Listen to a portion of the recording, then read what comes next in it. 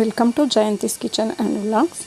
ನಾನಿವತ್ತು ಬೆಟ್ಟದ ನೆಲ್ಲಿಕಾಯಿಂದ ಬಾಲ್ಸ್ ಮಾಡ್ತಾಯಿದ್ದೀನಿ. ಹೇಗೆ ಮಾಡೋದು ಅಂತ ನೋಡೋಣ.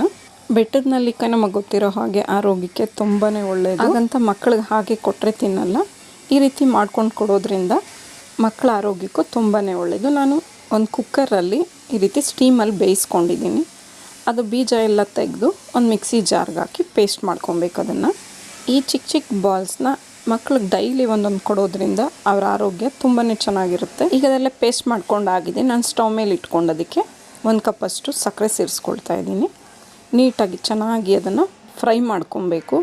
ಈ ರೀತಿ ಪಾಕ ರೀತಿ ಕಲರ್ ಬರೋವರೆಗೂ 1 ಟೇಬಲ್ ಸ್ಪೂನಷ್ಟು ಕಾರ್ನ್ ಫ್ಲೋರ್ನ ಕಲಸಿ ಸೇರಿಸ್ಕೊಂಡು, ಇದು ಆಪ್ಷನಲ್ಲು, ಬೇಕಾದರೆ ಹಾಕ್ಕೋಬೋದು, ಬೇಡ ಅಂದರೆ ಆಗಲಿ.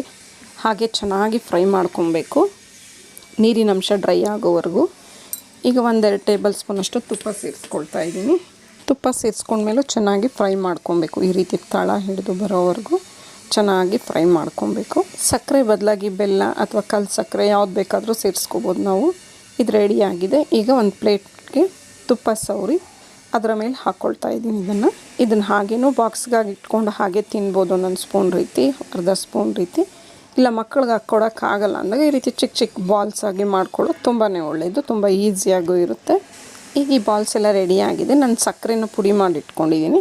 ಅದರ ಮೇಲೆ ಒಂದು 2 ಟೇಬಲ್ ಸ್ಪೂನಷ್ಟು ಸಕ್ಕರೆ ಉದುರಿಸ್ಕೊಂಡು ಸಕ್ಕರೆ ಪುಡಿ ಜೊತೆಗೆ ನೀಟಾಗಿ ಮಿಕ್ಸ್ ಆಗೋ ರೀತಿ ಈ ರೀತಿ ಮಿಕ್ಸ್ ಮಾಡ್ಕೊಬೇಕು. ಇದನ್ನು 1-2 ದಿನ ಬಿಸಿಲಲ್ಲಿಟ್ಟು ಆಮೇಲೆ ಹೊರಗಡೆನೇ ಇಟ್ಕೋಬೋದು. ಇಲ್ಲ ನಾವು ಹಂಗೆ ಫ್ರಿಜ್ಜಲ್ಲಿ ಇಟ್ಕೊಳ್ತೀವಂದ್ರೂ ಇಟ್ಕೊಂಡು ಹಾಗೇನೂ ತಿನ್ಬೋದು ಡೈಲಿ. ರುಚಿಕರವಾದ ಆರೋಗ್ಯಕರವಾದ ಆಮ್ಲಾ ಬಾಲ್ಸ್ ರೆಡಿಯಾಗಿದೆ. ನಿಮಗೆ ರೆಸಿಪಿ ಇಷ್ಟ ಆದರೆ ಲೈಕ್ ಮಾಡಿ, ಶೇರ್ ಮಾಡಿ, ಕಮೆಂಟ್ ಮಾಡಿ. ನನ್ನ ಚಾನಲ್ನ ಸಬ್ಸ್ಕ್ರೈಬ್ ಮಾಡ್ಕೊಳ್ಳಿ. Thank you for watching.